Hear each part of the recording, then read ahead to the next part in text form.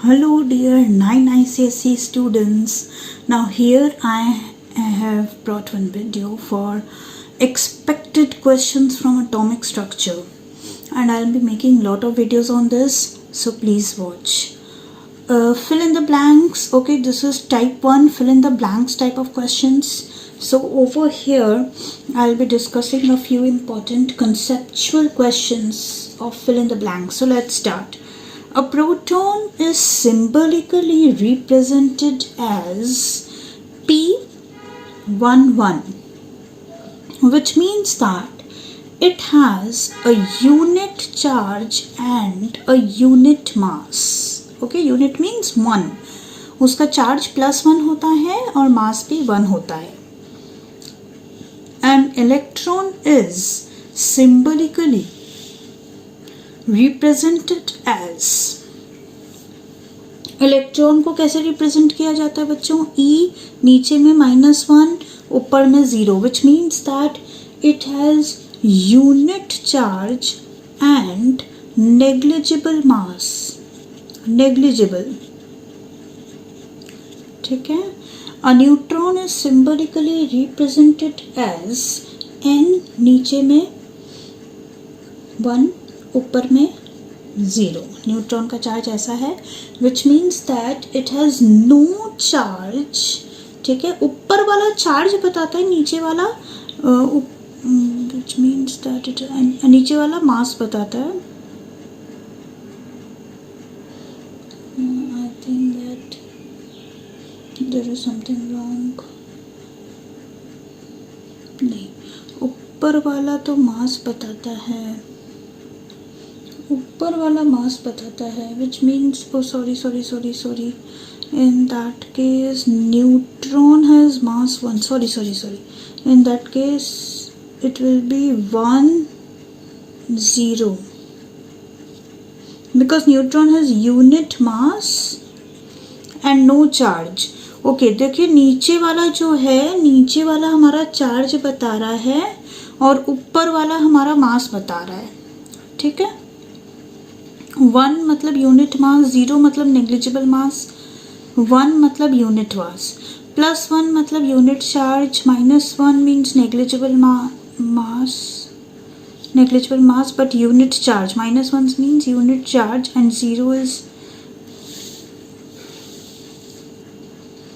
unit mass. sorry.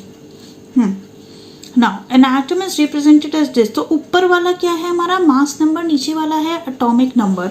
जब एक atom को ऐसे रिप्रेजेंट किया जाता है तो ऊपर वाला है क्या? मास नंबर, और नीचे वाला है atomic number. Now what is atomic number? Equal to proton equal to electron. And what is mass number?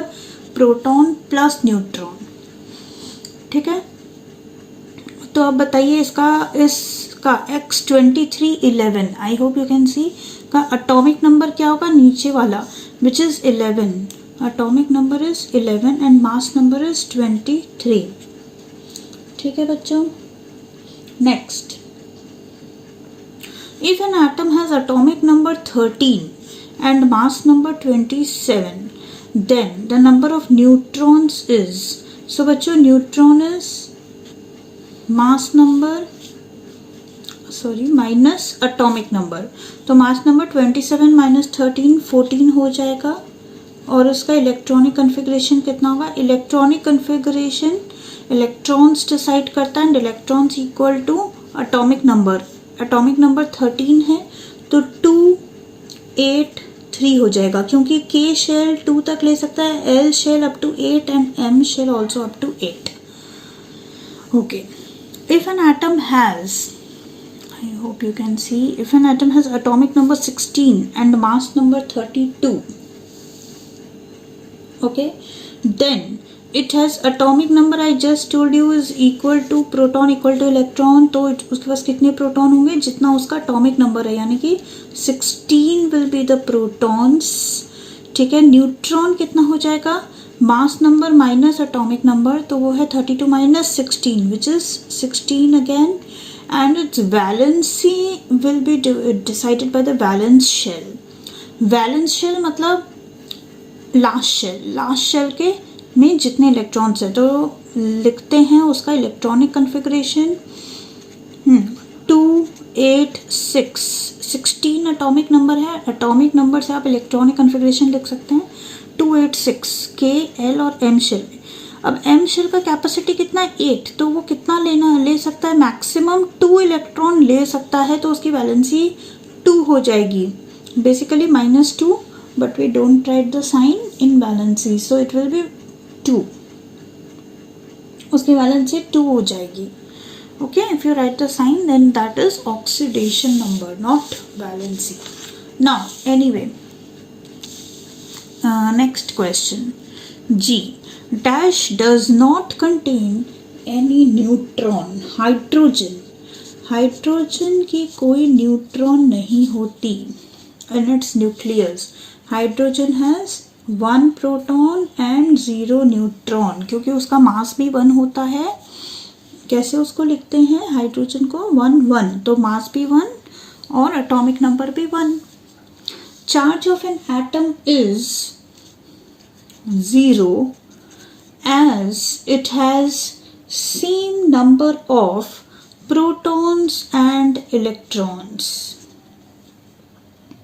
ठीक है, एटम इलेक्ट्रिकली न्यूट्रल होता है क्योंकि उसके पास जितने प्रोटॉन उतने electron. Proton are positively charge, electrons are negatively charge, so they will cancel each other, so the net charge on the atom will be 0। Atom पे कोई चार्ज नहीं होता, एटम पे आयन पे चार्ज होता है। ठीक है, an element has its k and l shells filled and has 2 electrons in m shell, तो k कितना ले सकता है 2l 8, m के पास बोल दिया है कि 2 इलेक्ट्रॉन्स है, तो उसके पास 2 + 8 + 2 12 इलेक्ट्रॉन्स हैं टोटल में, मतलब उसका एटॉमिक नंबर 12 है, सॉरी। और बोला k शेल में उसके पास कितने इलेक्ट्रॉन्स होंगे 2, l शेल में 8, वैलेंसी उसकी लास्ट शेल के वैलेंस इलेक्ट्रॉन डिसाइड करेंगे, तो 2 है तो वो 2 दे सकता है। Metals give electron, okay, metals है 1 2 और 3 वैलेंस इलेक्ट्रॉन, तो उसकी वैलेंसी 2 हो जाएगी एंड एटॉमिक नंबर 12 है उसका, क्योंकि उसके पास 12 इलेक्ट्रॉन्स है and that is equal to number of protons. Okay, electrons present in the outermost shell of an atom are called valence electrons, and that helps them to determine its electronic configuration।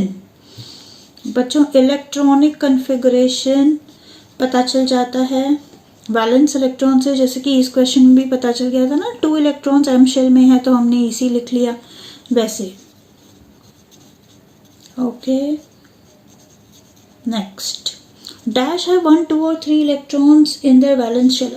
अभी मैंने आपको बताया metals have 1 2 और 3 electrons in the valence shell and non metals have 4 5 और 6 और 7 electrons in the valence shell, while noble gases have 8 electrons in the valence shell। Exception है helium, पर helium को छोड़ के बाकी सभी के पास 8 इलेक्ट्रॉन होते हैं, तो इसका आंसर नोबल गैस या इनर्ट गैस ही होगा।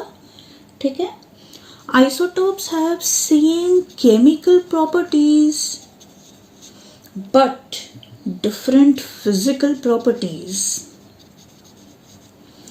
Isotopes have same chemical properties but different physical properties due to the difference in their mass number या फिर न्यूट्रॉन्स भी लिख सकते हैं आप। आइसोटोप का सेम एटॉमिक नंबर होता है, डिफरेंट मास नंबर होता है and they also differ in number of neutrons. ठीक है, तो दोनों आंसर चलेगा। अच्छा, अभी metals are reducing agents. Metals donor होता है, इलेक्ट्रॉन दे सकता है, तो वो खुद ऑक्सीडाइज हो जाएगा। Oxidation is loss of electron and reduction is gain. तो जो खुद ऑक्सीडाइज हो वो रिड्यूसिंग एजेंट और जो नॉन मेटल्स हैं, they are good oxidising agents, क्योंकि वो खुद रिड्यूस हो जाते हैं by gaining electrons. Oil rig याद रखिएगा, oxidation is loss, reduction is gain. इसके साथ में ये याद रखिएगा, जो ऑक्सीडेशन करता है वो रिड्यूसिंग एजेंट, जो रिडक्शन करता है वो ऑक्सीडाइजिंग एजेंट। और सबसे जनरल थ्योरी है metals, metals are very good reducing agents and non-metals are very good oxidizing agents. I hope you can see. तो ये याद रखिएगा, इससे आपका कंसेप्ट पूरा क्लियर हो जाएगा ऑक्सीडेशन रिडक्शन पे। Oil rig, oxidation is loss of electron, reduction is gain of electron. जो ऑक्सीडाइज करे खुद वो रिड्यूसिंग एजेंट, जो रिड्यूस करे खुद वो ऑक्सीडाइजिंग एजेंट। ठीक है, metals are reducing agent, non metals are oxidising agent. इसे फॉर्मूला डायरी में नोट करें, टिप्स टू रिमेंबर में डाल दें। Very important mnemonic this is which is frequently used in chemistry. Now, metals are electropositive in nature while non-metals are electronegative in nature. Chemical properties of an element depend upon its valence electrons. तो आइए बच्चों, quickly इसका screenshot ले लीजिए और keep revising these questions. I hope this will be useful to you. And also for this you can take a screenshot and keep practicing. Thank you for watching. Keep sharing, keep liking. Bye bye.